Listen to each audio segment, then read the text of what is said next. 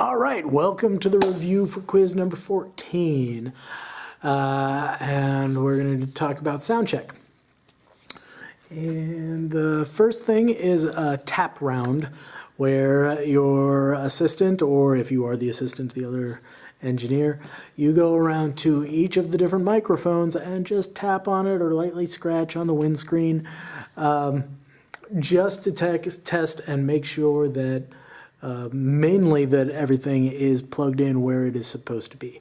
This is going to give you the first indication also, I guess, if you have a broken mic, a broken cable, if there's some interruption in the splitter box, somewhere along the snake, any of those things. So that should be a real quick check.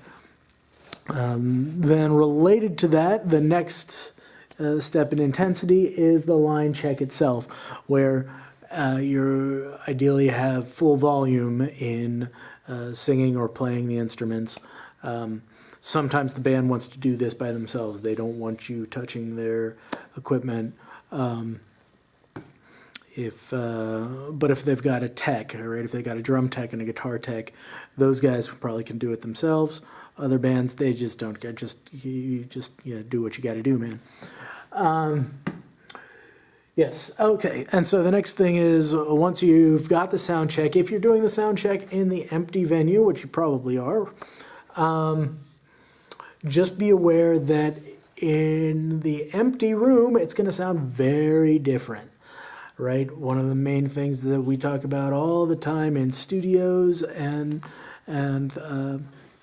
even these live sound venues is how much absorption you have, how much, padding on the walls and things that suck up the sound.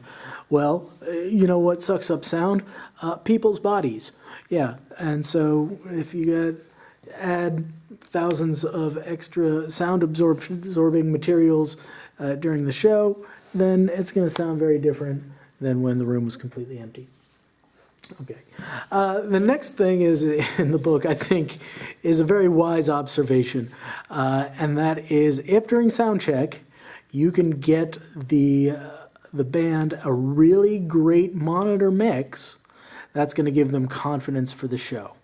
Obviously, they don't know how front of house sounds at all, right? Particularly if you've got a different engineer in monitor world from front of house.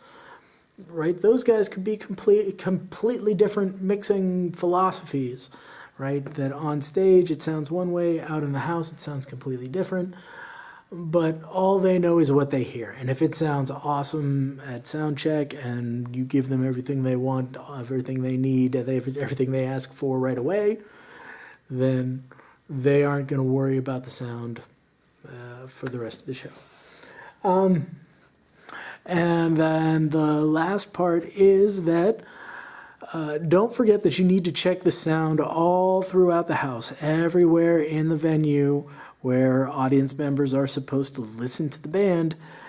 You need to go and hear that music, right? If you've got your CD or your pre-recorded music, was that the last? I think that was the last class we talked about the pre-recorded music. Yeah, make sure you go up in the balcony, listen to it up there. Go up near the stage, come back to the very back of the stage. Don't just make it sound great from the mix position, and then, everybody else, it should be close enough.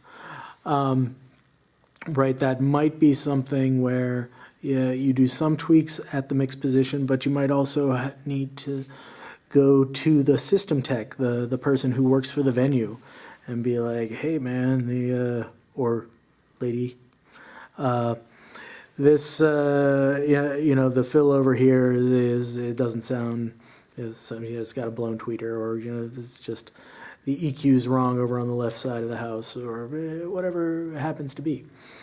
So, there you go. Thank you very much.